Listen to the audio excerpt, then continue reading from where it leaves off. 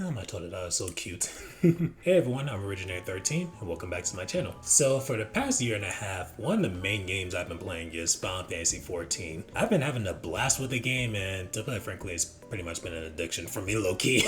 If you're curious about my thoughts as a first-year player for Final Fantasy XIV, you can check out my video here, here, here, one of these corners. Today I'm going to be ranking the Final Fantasy XIV experiences I've played so far, from A Realm Reborn to Endwalker. Whenever I play Dawn Trail in the future, I might just make a separate video about that and how I may rank it. As I go through each expansion, I'll be talking about why I ranked a certain expansion the way I did, and talk about some of my favorite highlights in the game. Just want to say spoiler warning right now, as I will be talking about different events throughout the story. Alright, without further ado, let's hop into it. Now, starting off at the bottom will be A Realm Reborn. Oh, Realm Reborn, the one that started it all. Even though it's ranked at the bottom out of all these expansions, even though this is like the base game, I will say I enjoyed playing through A Realm Reborn.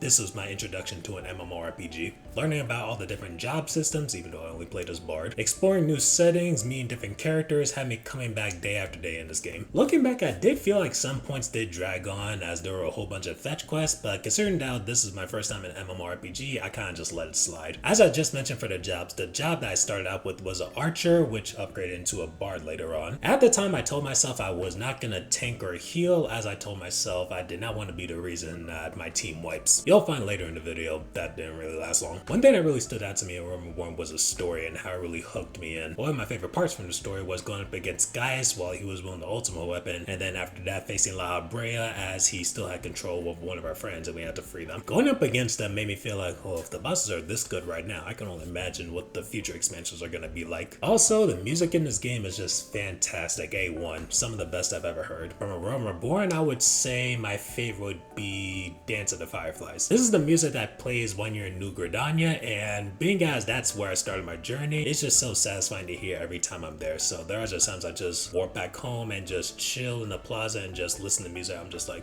oh, this is so nice right now. But yeah, overall, A Realm Reborn, a solid start to the game. Now, next on the list, we have Stormblood. Now, going into this expansion, I've heard a lot of people telling me, Ori, don't get your hopes up for this. Ori, you might not really enjoy this. But honestly, I had a blast playing through Stormblood. In this expansion, you work to liberate two nations, that being Alamigo and Doma, from Garlean rule and win back their freedom. I will say this is definitely one of the more grounded expansions and leans a bit away from the fantasy aspect, so I can see why some would say like this may not be their favorite as they want more of like a fantasy story. That being said, there's still a lot to love about the expansion. One of my favorites being the setting. Around the beginning of the adventure, when you hop off the ship and enter Gugane for the first time, it is just a beautiful sight to behold. The music, the colors, the buildings were just so appealing, and I just couldn't wait to explore more of the city. In this expansion, two jobs were introduced, those being Red Mage and Samurai, and those two jobs are some of the most fun jobs I've ever played in this game. After reacting to the Stormblood trailer and seeing how cool Samurai looked, I told myself, Stormblood, I'm only making Samurai, nothing else, at least for the main MSQ. Post MSQ, I did a mix between Red Mage and Samurai. One of my favorite moments from the story is when Xenos and his army invaded us in Gerbania, and we were pretty much overwhelmed. It was just our teammates dying left and right, and when we actually battled Xenos himself, we barely phased that guy. It had me thinking like, oh, this guy is no one to play around with. So when we get to Alamigo and we face Xenos and take him down once and for all, it is so satisfying. Overall, I really enjoyed the expansion, and yes, while it does stray from the fantasy aspect, I thoroughly enjoyed my time from start to finish. Now, moving on with the list, next we have Heaven's Ward. This is where Final Fantasy XIV started to ramp up for me. After being framed for murder in Realm Reborn, you're forced to flee to this country of Ishgard, where you're forced to take refuge over there. And this place that you're taking refuge in is in the middle of a 1,000-year war between man and dragon. I would say right now the best thing about this expansion is the story, hands down. From discovering secrets of the Dragon Song War, getting to travel to so many different places, and also experiencing some of the worst heartbreaks in the story. I remember streaming my playthrough of Heaven's Ward, and one of my chatters was saying, oh, they're so excited to see me play the vault. I'm just like, okay, must be a fun dungeon that's coming up. Little did I know what was coming up next. After finishing the vault, you catch up with the Archbishop and about to apprehend him when one of his servants attacks you from a high place, and Horchafan takes the attack for you, but it ends up fatally wounding him. While he's just laying there about to die, he looks at us and he says, Oh, do not look at me so. A smile better suits a hero. My god, I was left an emotional wreck after that. And later when we head to Ali's lab, we're getting ambushed in the sky, Izayli comes to our rescue and makes sure we get there safe, but she ends up dying as well. There's just a lot of death in Heaven's Ward. That being said, the highlight of this story for me, hands down, the final steps of faith. Racewalker literally just finished going at it with Nidhogg, and it seems like Nidhogg was the victor, but at the last minute, Racewalker gives us half of their power, and we go up against Nidhogg. And then Dragon Song plays in the background. I'm just like, oh, this is peak. Our warrior Vlad is literally walking down Nidhogg and it's like, hey, you and me, right now, we're deciding to end up this war. Honestly, 10 out of 10, one of my favorite moments of all time. Now, also, I could really go on about Heaven's Ward for a long time. There are still many things I haven't touched on, such as this is the first time I tried out Dark Knight and Astrologian, being a healer and tank for the first time. Also, side note, I pretty much main Dark Knight for my entirety of Heaven's Ward. Well, almost entirety. I got to try normal raids for the first time with Alexander, and some of my favorite music pieces from this expansion would be A Cold Wind and Locust, and of course Dragon Song. Overall, Heaven's Ward made me think like this is worth pouring all my time into, like it is that good. And the top 2 expansions. Honestly, I kept going back and forth like which one should I place on top of the other. Honestly, if you could ask me tomorrow, I could give you an entirely different answer. That's just how good these expansions are. But alas, I had to choose one. And for the number 2 spot, I have to give it to Shadowbringers. When I tell you there was a small difference in this and the number 1 spot, I mean this small. Like if you were to convince me like, oh, Shadowbringers has such and such, I'm like, okay, Shadowbringers is number 1. But for now, for the sake of this video, Shadowbringers is number 2. There's just so much to love about Shadowbringers, and the story is not just one of the best in Final Fantasy XIV, but for me personally in gaming, period. Having our friends being transported to another world where not only we have to bring them back home, but we have to bring darkness to a world that's pretty much enshrouded in light. And while progressing through the story, we get to learn more about the Ascians through Emmett Selk, which, by the way, one of the best villains in gaming, period. No debate about that. Respect for my man Emmett Selk. And we pretty much learn about the Ascians' goals and why they do the things they do. Also, we get to learn more about Albert and his crew after last seeing him in Heaven's Ward through some of the main story quests and the new job quest that they added. We even get to dive into the background more of Menphilia's role in all of this. There are just so many standout moments in this. I cannot fit them all of it, otherwise we'd be here all night. I will say one standout moment for me was when we're facing Emmett Selk and we're just being consumed by the light. All of a sudden Albert appears by us and gives us strength to face down Emmett Selk, and then who brings shadows plays in the background.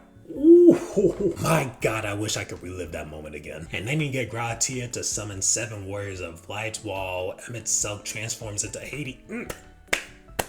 This story just hit all the right notes for me. And then speaking of music, some of my favorite pieces from this expansion is Who Brings Shadow, obviously, Sands of Amber, Insustainable, and To the Edge. Also touching on the raids a bit, the Eden raids have been some of the best raids I've seen so far, and the Nier Alliance raids have been top tier as well. I never played Nier games, but I have wanted to try them in the future, so let me know if you want to see that. Overall, there are tons of positive things to say about Shadowbringers. Honestly, with the amount of positives I've been saying about Shadowbringers, you would think this would be number 1. But without further ado, my number 1 expansion for Final Fantasy XIV, Endwalker. Endwalker, man. Oh my god, that was an experience. Where do I even begin? First off, I cannot end this video without giving a shout out to the writer, Natsuko Ishikawa. Thank you for the writing in Endwalker and Shadowbringers was just top tier, like chef's kiss. Like, I have to give her props. Like, she did amazing on this. Like, this was such a satisfying conclusion to the whole Ascian story. Like, there are so many memorable moments. I could go on for days talking about it. One of the memorable moments being when we first entered the Tower of Zot and we had to fight one of the first bosses in the dungeon, and then on Blade's Edge start to play, you're just like, oh, we getting into it now.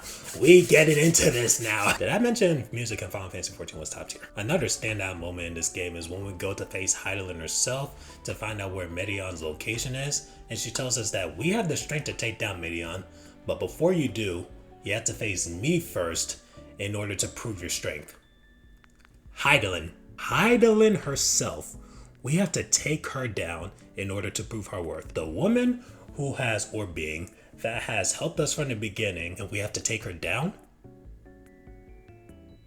You would not believe how shocked I was to find that out. And normally, like, I would just use the duty roulette, but they gave the option to use the trust system, and I just had to use the trust system. Like, teaming up with all the scions of the Seven Dawn, like, come on, it was right there. I had to take it. And then once we do defeat her, seeing a tear fall when we called her Vinat, calling back to the time when we went to the past with her, it just moved me, man. And then one more standout moment to wrap all this up is when I'm on Ultima Thule and then our friends are sacrificing each other one by one to help us progress. But then after Alize and Alphino sacrifice and stuff, you're just left all alone. But then you find the strength to stand up, Close in the Distance starts to play in the background. Then you're just walking down, then you start to hear your friends' voices as you walk down, giving you words of encouragement.